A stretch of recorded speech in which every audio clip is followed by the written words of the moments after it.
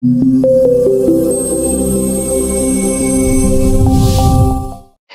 good afternoon, good morning, or good evening, depending upon where you are in the world. Welcome to today's Container Journal webinar. I'm Charlene O'Hanlon, moderator for the event, and I welcome you. We have a very, very interesting, hopefully, webinar panel discussion today, and lots of information to go over. But before we get started, we do have a few housekeeping items we need to go over. First of all, today's event is being recorded, so if you miss any or all of the event, you will be able to listen to it again on demand. We will be sending out an email post-event that contains a link to access the webinar on demand. And we are taking questions from the audience. So if at any time today, during today's presentation, you have a question for any of our panelists, please don't wait, don't hesitate, just use your GoToWebinar control panel and submit your question. And we'll take a few minutes near the end of today's presentation and go through all of the audience questions that we can. And we are also giving away 3 $50 Amazon gift cards at the end of today's presentation. So stick around, we'll be doing a drawing at the end of today's webinar and draw those 3 names. So good luck to everybody who is on today's webinar. All right, with that, we will go ahead and kick off today's webinar, which is Container Security, Securing from Within, a panel discussion. Our panelists today, if I can get my slides to work here. Our panelists today are Glenn Kosaka, who is Vice President of Product Management and Marketing at NewVector, Vikram Kapoor, who is co-founder and CTO of Lacework, and Shiri Iftsan, who is Product Manager at WhiteSource. Welcome to all 3 of you. Thank you so much for joining me today for this webinar. Thanks for having us. Great. Well, I would like to start out by having each of you tell the audience a little bit about yourself and your background. And Glenn, why don't we go ahead and start with you? Okay, thank you, and thanks for joining us today. I helped launch NewVector about 3 years ago. And prior to that, in various security and enterprise software roles, most notably founded a data loss prevention or DLP company, which was acquired by Trend Micro. The NewVector founders come from Trend Micro, VMware, Fortinet, and so we've really tried to combine, as you can imagine, some of the networking expertise that comes from Fortinet with some of the virtualization from VMware, and then more traditional security technology from Trend Micro. Great, thank you, Glenn. Vikram, please tell us a little bit about yourself. Hi, thanks for joining today. My name is Vikram Kapoor, and I'm co-founder and CTO here at Lacework. We started around 4 years back, focused on cloud security, which includes like workloads and accounts and containers. Before that, I worked for about 15 years in security and big data kind of technologies, including at Oracle and Chromium. All right, wonderful. Thank you, Vikram. And Shiri, tell us a little bit about yourself. So I'm Shiri, I'm a product manager at WhiteSource. Before joining WhiteSource, I had various positions in R&D, mostly solutions architecture in the cloud world and also in the security world. And today in WhiteSource, what we basically try to do is open source management. So not only security, but also licensing and distribution. And me personally, I focus on the container management part of the security. Excellent, excellent. Well, again, thank you all 3 for taking the time and joining me today for this webinar. Today's webinar is, as it's part of a series with ebooks. This is the container security ebook, which is not easy for me to say apparently. So everybody who signed up for today's webinar will also receive a download link to access the ebook. So it's also going to be available on the Container Journal website. So a lot of the information in today's webinar comes directly from that ebook, along with the expertise of all 3 of our panelists. So let's go ahead and dive into the discussion here. Obviously, we're talking about container security since that is what the ebook is about. So I'd like to kind of start out by talking a little bit about some of the issues and what are the issues containing or when talking about container security and really kind of how have they evolved? I mean, why is security now such an issue with containers? So according to the ebook, these are the biggest container security issues that are out there right now. And so, obviously they kind of run the gamut, but I'd really like to kind of start off by talking about some of these big security issues and, kind of take the pulse, if you will, on, where we stand in the market. So, excuse me. Sherry, why don't we start with you? Looking at this list here, are there certain ones that kind of pop out at you as kind of being like the big bad security issues that are, maybe most prevalent out there, or are there ones that, maybe are kind of surprising you? Yeah, definitely. So I think that what we see with most of our customers is that the biggest challenge is really to have container image authenticity. I mean, really knowing where your container images come from, which is a challenge for every organization probably, right? So the idea is to know exactly where the images came from, whether if it's open source components or something that you packed in within your organization or got from a third party. I think that the biggest challenge here is really to keep track of everything and also to follow all the changes, because with open source security vulnerabilities, usually there are public fixes and you just have to upgrade to the new version. But with images, of course, it's a lot easier, but still not everyone does it. And this I think, is one of the biggest challenges, also in terms of container image vulnerabilities. So I think these really are the two that pop out. And if we want to talk a little bit about how we treat them, so I think the most important thing is really to have either a private repository, private registry for your images, and also sign the images with a digital signature to make sure that there is no image tampering, that no one is changing the images or the containers after they're already in the registry. Okay.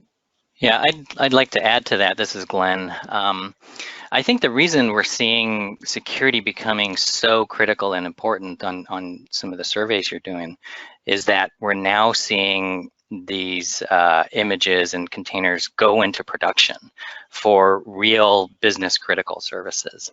And I think what companies are realizing is, there's a whole workflow that they've got to secure in their entire pipeline. And typically what we saw last year was they did focus on the left side of the pipeline, which is the CI/CD and the image authenticity, scanning, and those types of issues. But now that they're moving into production, a lot of these things you're seeing here, attacks, cross-container attacks, escaping, DOS attacks, they're all kind of runtime attacks. And not all of them are going to exploit a vulnerability, whether it's known or unknown. There's a whole bunch of attacks that can occur during runtime that are either traditional application attacks or zero-day attacks or insider attacks. And in addition to that, not only do you have those ones to worry about, but you have the recently disclosed Kubernetes and Docker vulnerabilities. So the tools that you're actually using are vulnerable to attacks as well. So the big issue to me is, how do you protect during runtime, and how do you get visibility that any of these things are actually happening? Yeah, so I'll actually like to add to that too, and kind of mirror what Glenn said. I think one of the things we are seeing is that more and more as people deploy containers, and you do a lot before it gets deployed, like vulnerability management, for example, or making sure the images are right. But at the end of the day, it's running in production and it has access to credentials either through let's say, IAM roles or through secrets that might be available to them, not just via images, but also through like environment variables or things like that. And if an attacker does get a footprint into one of those containers and comes inside your data center, then there is another big impact to, like, what can happen inside. So visibility in terms of, like, is super critical.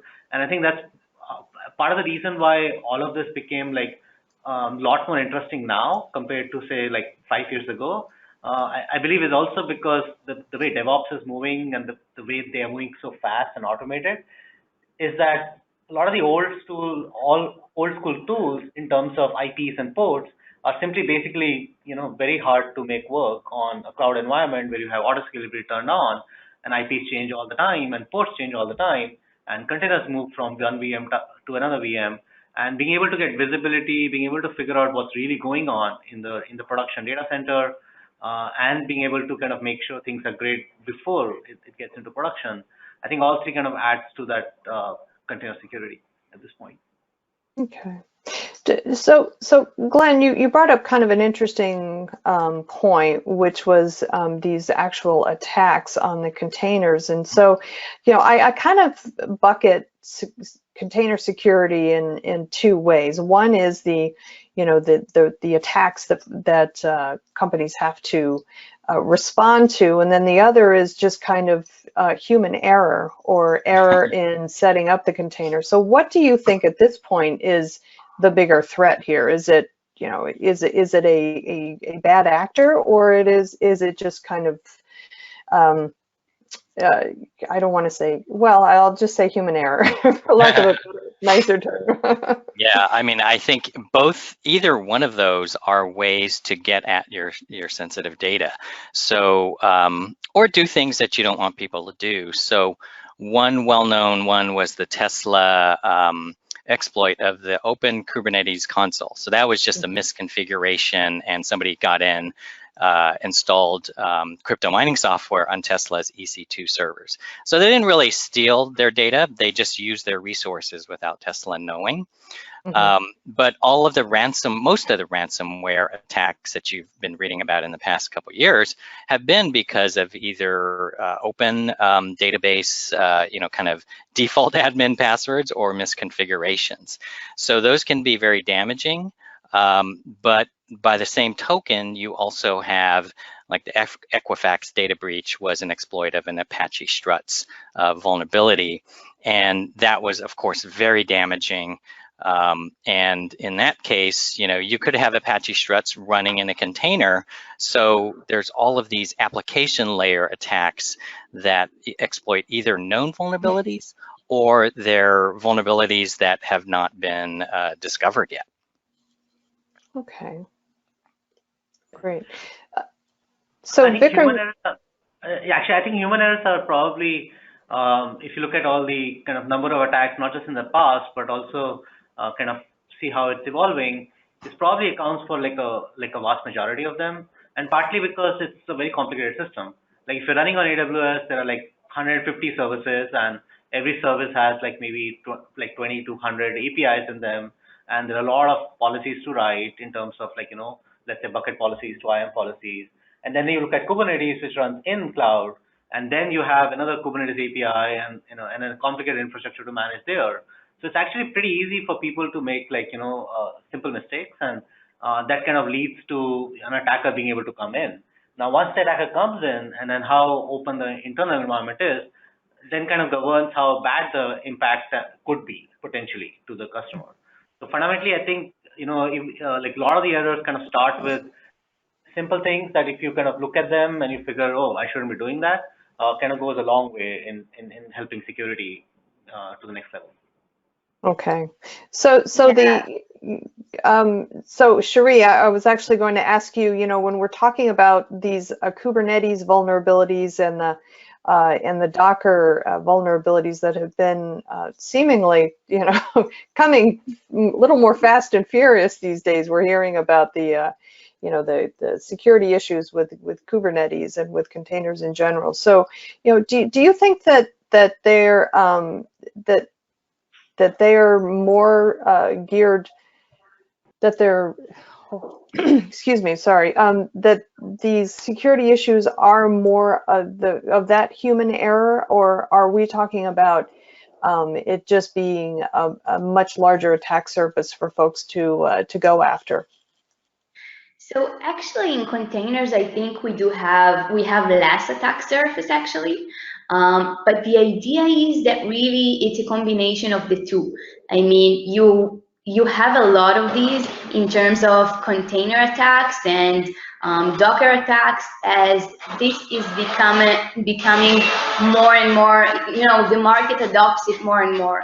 So this is actually a matter of both, because if you have the most secure cluster and you have everything that's completely isolated and you have a sandbox to test everything and you scan your images, probably even if there is a vulnerability, you'll detect it a lot faster and you'll handle it a lot faster, if at all it will come to your even production environment. So it's really a combination of both. We do see a lot more breaches and a lot more security vulnerabilities in Kubernetes and in Docker these days. And I think it's just a matter of, the market adoption is also the hackers adoption. They understood that there is something to work with here. And as we have more and more adoption of Kubernetes and of container-based stuff, we will see more and more attacks or trying to attacks as well. Okay. Yeah, I mean, vulnerabilities can get exploited, and those could be zero-day attacks, or if they're not discovered yet, those are just the hackers finding a way in. Now, once the vulnerability is found, disclosed, and characterized, then if a company does not patch those immediately or have a process to identify where they're running and upgrade those, then you could consider that human error at that point, right? That they continued to be vulnerable to something that was already known. Okay. So as the market for containers has grown, obviously we're hearing a lot more about the impact of security or lack of security with a lot of containers. So, do you think that and this is for anybody who wants to answer, do you think that the market is kind of lagging when it comes to container security, and when we're talking about the number of containers that are in the field now? I think it is, although the education level is rapidly increasing. So I say the left side of scanning and building proper hardening processes into your pipeline, those are getting very, very well understood. I mean, people have a much more sophisticated knowledge of how to do that and how to build that in. But I think on the runtime side, that's the Wild West. Not very many people know how to secure things or even what to look for during runtime. And so they're putting containers in production thinking that scanning is adequate, but they don't realize that there are system vulnerabilities, there's zero-day attacks and insider attacks. And they also don't realize that the way they protected their traditional data centers with tools like next generation firewalls and endpoint security, those types of capabilities should also exist in a runtime environment for containers. They're no different, right? So, from our perspective, the network is the most critical part of runtime security, because hackers will use the network to get into your container or to your host and to expand laterally, also known as east-west traffic, and then finally to either connect externally to a command and control server or to do some type of data stealing. So you need to have network, but you also need to be able to monitor your containers and your processes and your file systems during runtime. Okay. Does anybody want to add on to that? Yes, I think I'd like to add one. Go ahead. I'd like to add one more thing to that. So basically, I think I completely agree that doing something in runtime, in being able to kind of have visibility into processes, net connections that these processes are making, and applications and containers that are running, and the files that are being deployed. is kind of super critical for real security. But I'd like to add that at this point, given how orchestration is kind of evolving and how containers are getting used, it's really about the application that you kind of have to kind of start thinking about. So a container that runs on one VM versus another, and it's the same application, whether it's using the same IP or the same or different server port, it doesn't really matter. What really matters is what the application is. And it actually makes much easier when people look at applications versus network. And in some sense, like, I think that's what's kind of lagging in right now, where people are kind of trying to get to the point where they can understand their infrastructure, which might be running, say, 10,000 or 100,000 containers, and be able to kind of do some math on, what is going on and how do I protect myself and how many distinct things do I have, and get some idea about how to kind of go about protecting it in real time and being able to find things that are anomalous at that point at scale. Yeah, and I like to add to that one thing that we see, and all of us actually see it, is to think within the Kubernetes infrastructure or the open source part of this. Because, we heard about the run C vulnerability about a month ago. Last week, another vulnerability was disclosed within Kubernetes. So we do see more and more security vulnerability in terms of the open source part. And I think with this, it's becoming a little harder to prioritize, because you actually use many open source components. Not all of them are within the infrastructure. Some of them are just general open source components. And for example, if you just take some standard application, it will have hundreds of or thousands of security vulnerabilities. And I think that the biggest challenge of companies today is actually to prioritize and understand which are the critical vulnerabilities that they actually need to handle. So I think this is also another challenge that we see. That's that's a really good point, and that kind of leads me to my next question, which is, how can you get security teams involved in container deployments? I mean, where do we need to get the security teams as part of that process? Cherie? So as I actually see it, it's an ongoing process. I mean, from what I see it, we see DevSecOps, people becoming more and more inherent in the teams. So what I actually see is that if we start and we shift left, but shift really left, into the coding and the research part, and we have the security teams already there, and then the security processes actually follow us to the build stage, and we can fail builds if we see that there are open source securities or other security vulnerabilities. And then in the image registry stage, we also have these processes of security.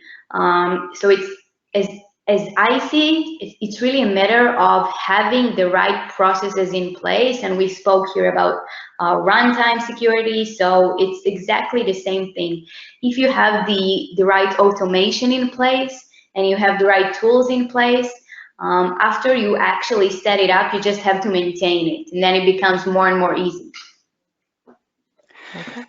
Yeah, I think if you asked people what does DevOps mean, or what is SecOps or DevSecOps, you'd get a different answer from every person. So, organizationally, I think this is a big dilemma for companies that, they want to shift security left toward dev and maybe DevOps. But at the same time, there is very specific expertise like network or threat mitigation security that you can't expect every developer to understand. So first of all, there's figuring out the organization and just making sure that for the entire pipeline from build to ship to run, that somebody on your team is part of that discussion, that the left hand is knowing what the right hand is doing. And then secondly, I think automation does play a big part of this, and it's really the only way to get truly scalable, massive scale container deployments. But then the devil is in the details, in terms of what points do you automate, and for example, how do you automate in the pipeline which containers should be segmented from other containers, or which connection services. How do you do network segmentation in that automated workflow? And working with some of our more leading edge companies, they're asking the development and DevOps teams to specify, how these services should interact and behave during runtime, so that they can specify what the security policies should be and therefore automate them. But I'd say the majority of companies are pretty far away from being able to define that and even implement that level of automation. So I think automation is actually the only way that security can catch up with DevOps at this point, in some sense, where like DevOps community has kind of moved to everything is automated, infrastructure as code, immutable images, users being not allowed to log in as much as possible. I think a lot of the security stuff has to be automated. It has to move away from writing rules manually, because fundamentally, at scale, like when you have lots of containers, trying to even write a rule which says this container should do this or not do that, or how they should be commingled, is actually at the very architecture level. You can segment them, and beyond that, you have to really think of like automatic ways to write rules, enforce them, like using maybe pod policies. But I think automation is the way you can go do that. But I think more importantly, one of the things which is missing right now in DevSecOps teams is really a common language between DevOps and security people, where they can kind of understand each other's concerns in terms of applications. Like, so as a developer, for example, I would care about my application, but as a security person, I care about my entire data center. So, but to do that today, I need to understand my applications and what they are doing. So I think to be able to do like a good job for a team, effective security in an organization, automation is a must. They really need to automate to the point where they can do a lot of rules and everything automatically, and then have a common vocabulary where they could kind of talk about infrastructure as code. Like, for example, config has to be delivered as a piece of source code, not as a piece of on a UI, for example, like writing like a rule. So I think that's where the direction has to go for this. So are there certain things that need to be considered then when we're talking about containers in the DevOps process that in a non-container DevOps process might not be as important or even necessary? I mean, what changes with containers in the picture? Vikram, why don't we start with you? Yeah, it's the speed and the agility. Like, so when you have containers, like you're really bundling a whole Linux image in your container. And if there are 50 containers, then you have like possibly 50 different images, and every one of them have their own source code that they bundle, like, Python versus Java. And then as you kind of think about the agility, like you could deploy a container today in seconds at scale on a Kubernetes infrastructure. And all of the stuff that was earlier used to get visibility and get security, like IPs and ports, are basically meaningless. So I think as people kind of use Kubernetes and they use containers and they use orchestration tools like Kubernetes to manage their infrastructure, the speed and the velocity at which they're able to do things is immensely greater than the old world, and that makes them having to figure out how to do it at that scale. Okay. Yeah, it depends on what you mean by done differently with container. Do you mean like the developer and when they build the container image? Obviously, there's scanning and vulnerability management for that.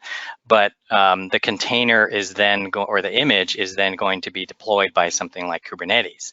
And there's a ton of things that you can do differently now with containerized deployments in Kubernetes. There's pod policies, pod limits, pod security policies, where these things are deployed, how ingress controls are done. So there's just so many things that can be done in that pipeline. And really the question is, just making sure who is responsible on the team for each of those parts of the pipeline. Exactly. So I think it's really a matter of when you have containers versus VMs and traditional applications, you have a bigger challenge in the isolation, because as we discussed, we saw the Tesla breach where they used the actual CPU of the machine where the container ran. It's a lot easier than in a virtual machine to actually jump between different containers and have cross-containers attacks versus traditional code. So it's both a matter of scanning the images and making sure that they are from a trusted source, but also protecting during runtimes. Like, for example, have admission controller in Kubernetes to make sure that everything that is being deployed to your cluster is also from a trusted source, but also has various other security measures, like, for example, root users, or Docker stock, or security vulnerability. So all of that, really packing this into Kubernetes or other container orchestrations, I think is very different from deploying traditional applications in terms of the security aspects. Okay. All right, great. Looks like we're already at half an hour past the hour. So I'm going to go ahead and move on to the next topic, which is some of the best practices. And we go over a lot of them in the ebook, and I've got 3 slides listing some of the best practices that we have. But you know, basically, I want to put it out to our panelists. This is the first set of 5. But you know, we can go through each of these, but it would take probably a couple hours. So I think what maybe we should do instead is just kind of talk about what you guys believe are some of the best practices in securing containers, and whether that be getting security teams involved earlier in the process, or doing something to you know, to better lock down the containers, or you know, whatever you think is going to be a best practice or best practices that organizations should consider when deploying containers. So let's see, why don't we go ahead and start with you, Vikram, and then we'll move on to Glenn, and then Sherry. So I think I would kind of argue, if you look at from the left to right discussions that we've been having so far, some of the best practices that companies should consider is really getting the security teams involved early enough so they can make sure the configuration and the architecture is right. For a lot of the Kubernetes and the cloud and the container world. So containers don't run in isolation by themselves, right? They run in a data center. A lot of those data centers are clouds now, and they need an orchestrator to actually orchestrate the containers, and Kubernetes being the most popular one. So I think looking at and making sure the configuration and everything is actually what it should be is like one best practice. Then you kind of move on to vulnerability management and making sure that you're scanning your images. So there's no known thing that's kind of leaking into your production environment. But also once you run it, it has to be cross-validated every day, because new vulnerabilities are discovered every day. And then you have to upgrade the ones that you find the next day. And then kind of goes beyond that to actual production environment, where there has to be something which gives you visibility, like without getting visibility on really what every container is doing in terms of connections, process launches, privilege changes. You're kind of blind to the fact that like an intruder will basically move around, and you wouldn't be able to find them. So visibility and intrusion detection system that goes with it. And then beyond that, like, you know, if your cloud itself could be vulnerable, and you need to kind of make sure that also is secure.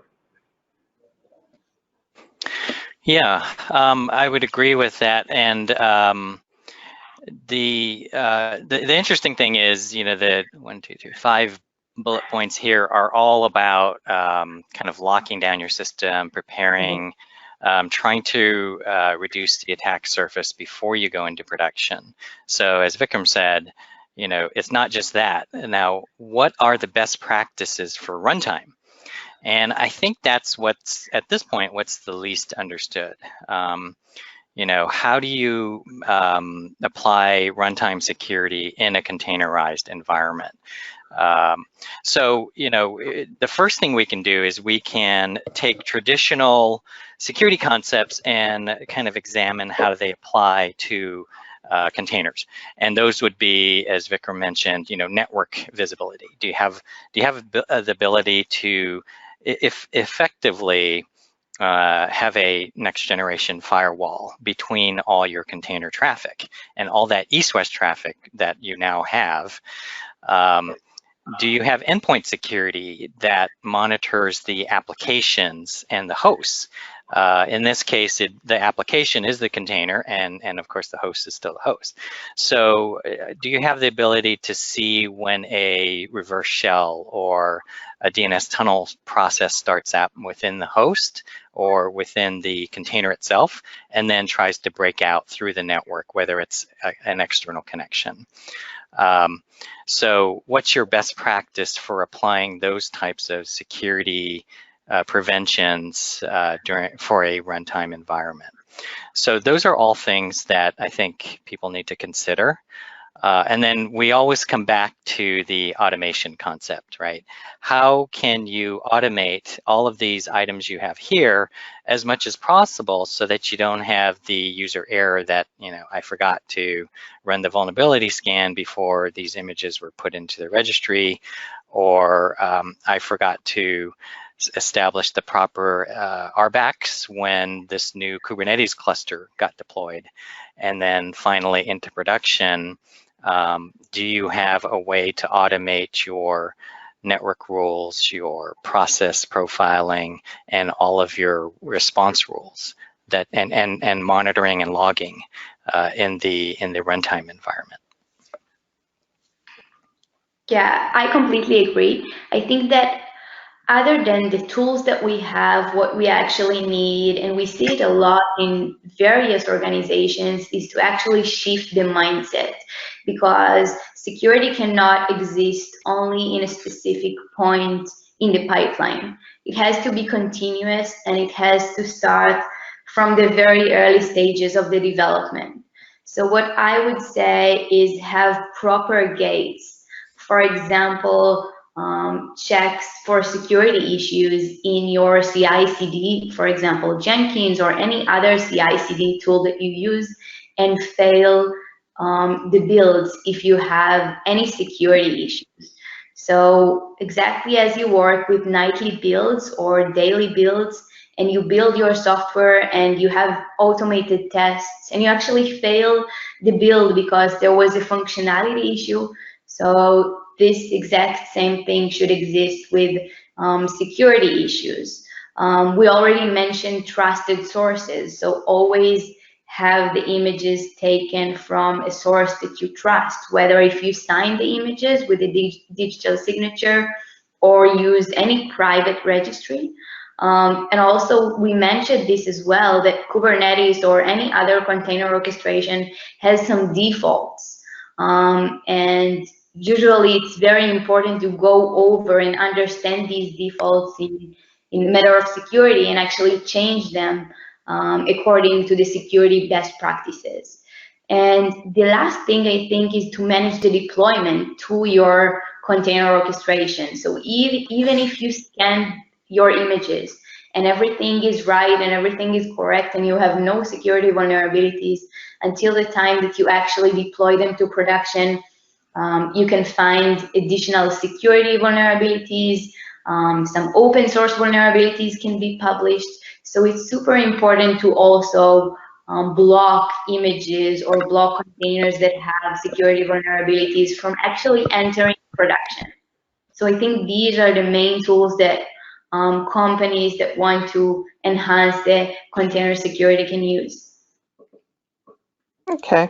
All right, great. So as you guys were speaking, I kind of went through each of the slides here for the best practices. So we've got about, I think about 16 or 18 best practices that we list in here. So you were talking about one, and I some runtime ones in there. Yeah, there is. there are. There are a number of different ones that we use. You can see, mandatory access controls, full virtualization, kernel level safety checks, tons of best practices that are in the ebook. So I do encourage everybody who gets a link to download the ebook to take a look through it. And I also want to make sure that we leave, about 10 or 15 minutes or so for audience questions. And just a quick reminder to the audience, if you have a question for any of our panelists, please go ahead and use that questions tab, the GoToWebinar control panel, and submit your questions, and we'll get to as many as we can. So, one of the things that that we've talked about a little bit is the attack surface, and Shiri, you mentioned that you thought that the attack surface actually was kind of smaller with a container, but it seems like with so many containers out there, I don't know, I'm having a hard time kind of reconciling the fact that it's actually a smaller attack surface. So maybe we can talk a little bit more about that, and maybe some ways that organizations can kind of reduce their attack surface to to the bare minimum, if you will. Shiri, do you want to go ahead and start with that? Yeah, so attack surface is actually sort of the sum of the different points where someone who is unauthorized can actually enter, either to see your data or to extract data from your environment. And we usually say that attack surface is smaller when speaking about containers, because within the Docker file, you can actually choose what's your base image, what's your Linux distribution that you're actually using. And instead of using Ubuntu, for example, that comes with a lot of unnecessary things, you can use a smaller distribution like Alpine, for example. And this already reduces the attack surface a lot. So it's really important to, to understand the differences between using a VM, where you have a whole operating system with a lot of files that you might not need for actually running the specific commands that you run within the container. So from that aspect, the attack surface is actually smaller.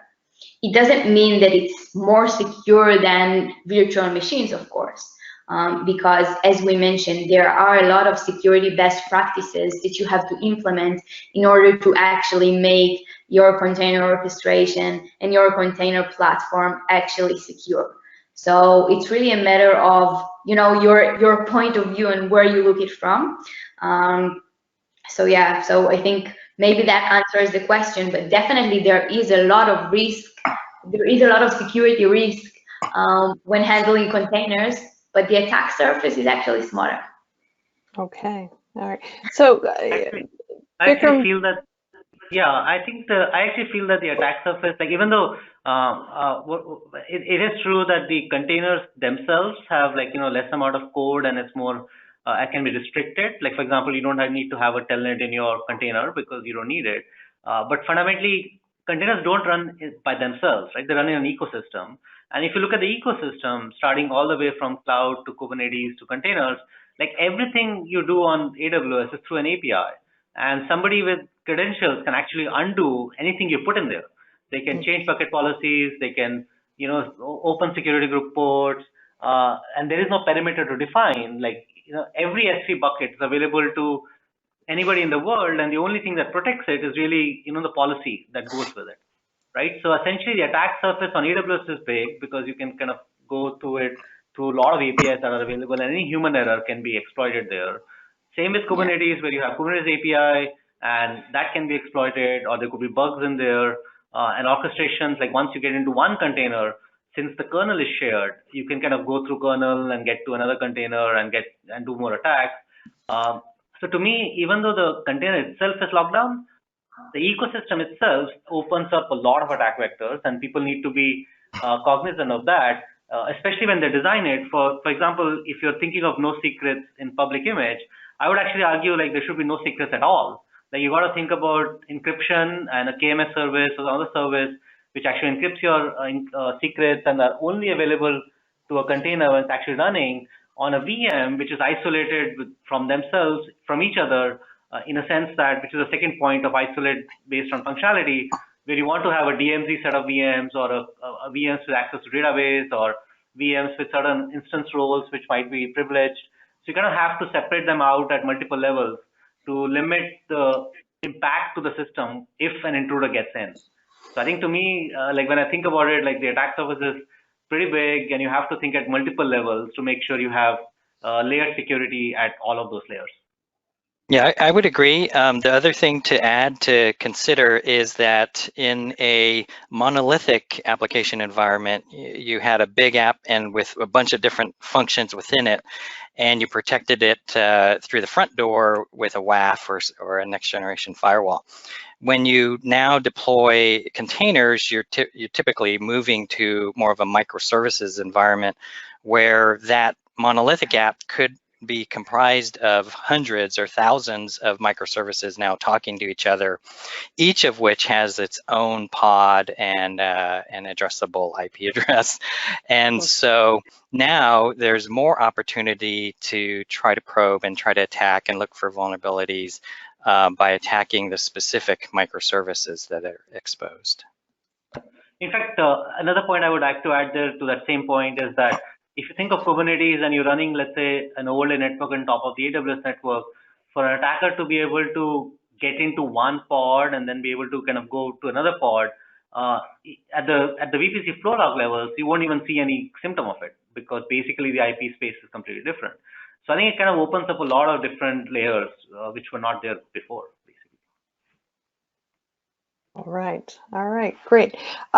So given the time, we're about 14 minutes to the top of the hour. I just want to go ahead and throw this slide up there and get any final thoughts that any of you might have on container security and maybe your any suggestions or sage words of advice that you can give to organizations that are either considering moving to containers or already have and are possibly dealing with any security issues. So Glenn, why don't we start with you?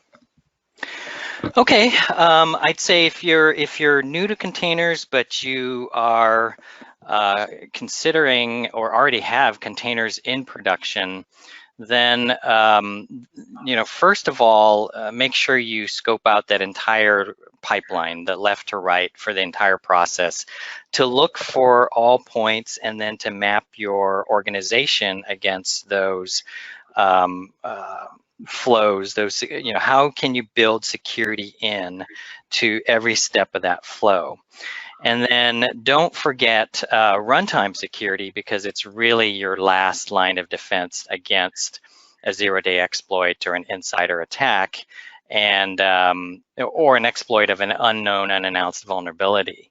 And within runtime security, we like to say the source of truth is the network, because as I mentioned before, that's how they're going to get in, get out, and move laterally. So make sure you have the right tools to be able to monitor those connections, segment the appropriate network traffic between workloads, identify the anomalies or the connections, and if possible, even just like a next generation firewall, be able to block connections, do the traditional things that security architects do and network security people do, like packet capturing and quarantine and forensics and reporting. All right, great. Thank you, Glenn. Vikram, how about you? Any final thoughts, advice? Yeah, so I would actually put on my dev hat or a DevOps hat for a minute, and I really like containers. Like, they really isolate application dependencies well. Microservice architecture is so much better than a monolithic architecture. We're able to do small updates into a running production system without having to worry about unknown impact to other things that you didn't think about. So I think from that perspective, containers really help solve a really big problem in data centers today.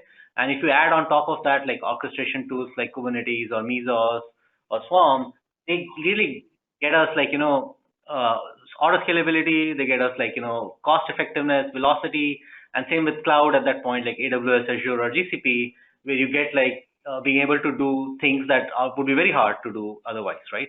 So I think that is the direction where the world is moving. And security teams have to be able to, at this point, adopt to that architecture and then kind of think about it the way, the architecture itself, and it needs the retooling of the security tools, basically. So it goes from all the things we talked about today, from vulnerability management, still layered security, where you look at AWS, look at your resources, look at your containers in runtime or at compile time, and then that's how somebody can be secure, really secure, by making sure they have all these pieces in place. and then obviously automating it as much as they can. All right, great, thank you. Sherry, any words of advice, final thoughts? Yeah, so I completely agree with both of you.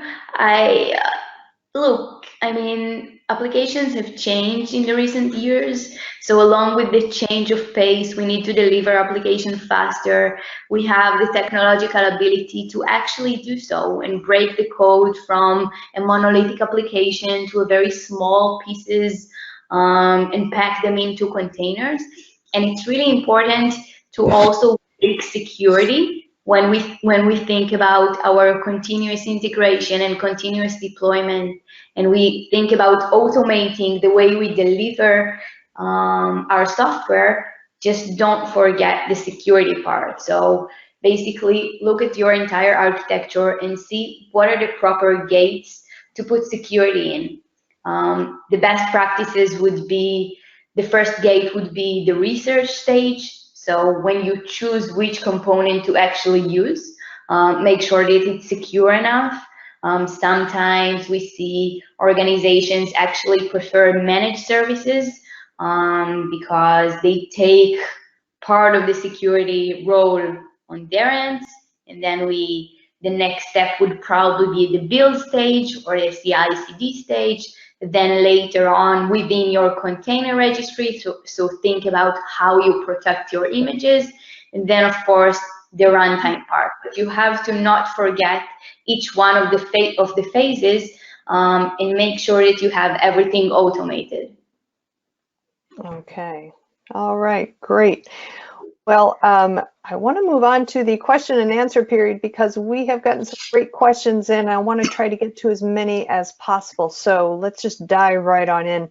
How can we tie the relationship between the developers and the infrastructure team and security teams? We're talking about containers. Whoever wants to grab that one. Yeah, I think we mentioned the need to map out the entire pipeline from build to ship to admission controls to locking down the deployment environment, access controls, and then runtime. And the way to tie those teams together is to make sure that there's clear responsibility for each of those stages in the pipeline, and to get everyone in the room to review what's being done, what can be automated, the gates that Sherry talked about, what kind of gates are needed.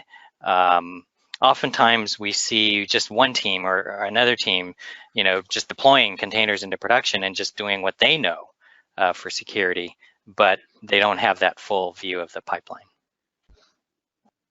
All right, great. And go ahead, Sherry. yeah, maybe to add to that, so sometimes we have just lack of awareness within the organizations, or sometimes we just don't have enough knowledge. So really take advice from experts. There are a lot of communities online. There are a lot of tools that can help you with it, whether if it's open source tools or paid tools. So use everything. There's a lot of knowledge out there. All right. Great. Let's go ahead and move on to the next question. How is kernel level security checks implemented in CI/CD, i.e. to fail container builds or deploy to private registry?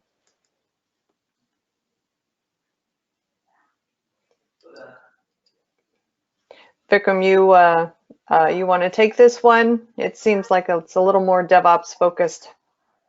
Yeah, to me, actually, kernel level safety would really be more important than runtime.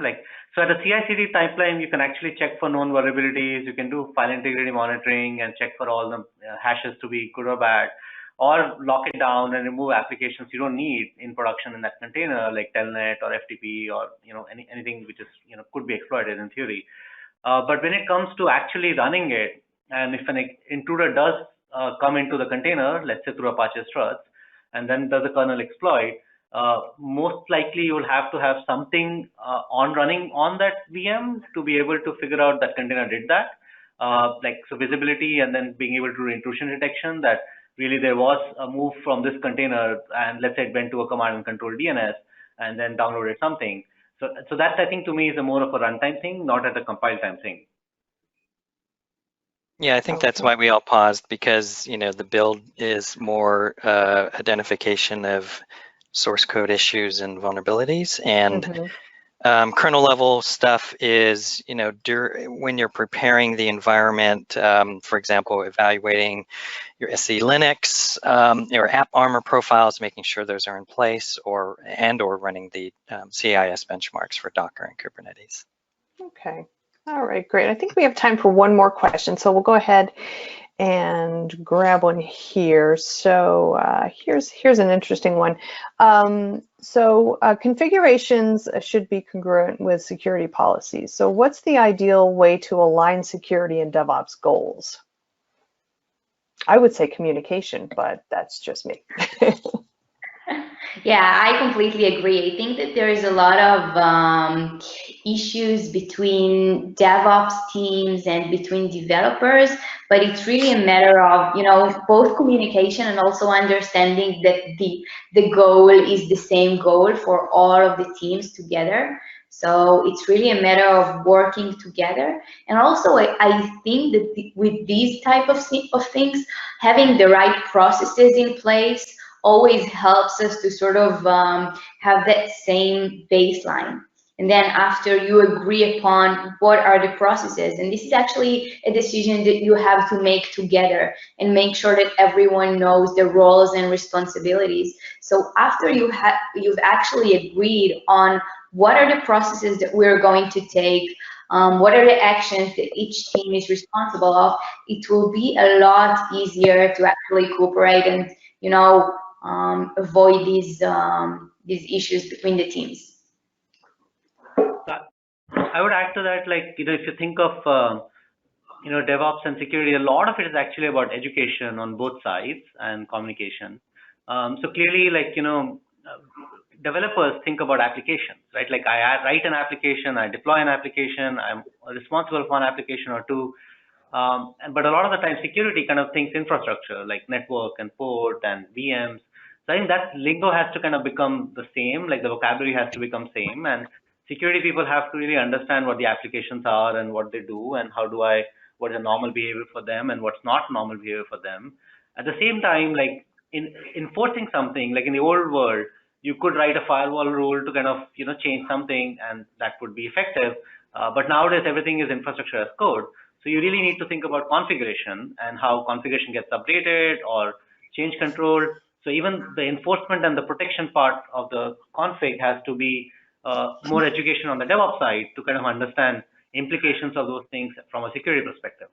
So I think it's the both teams who have to really get to the same vocabulary and educate each other in terms of how to effectively not just monitor and be able to have visibility and into what's going on, and then be able to from there get to an action which probably might have to be implemented by DevOps team in terms of a new code for it.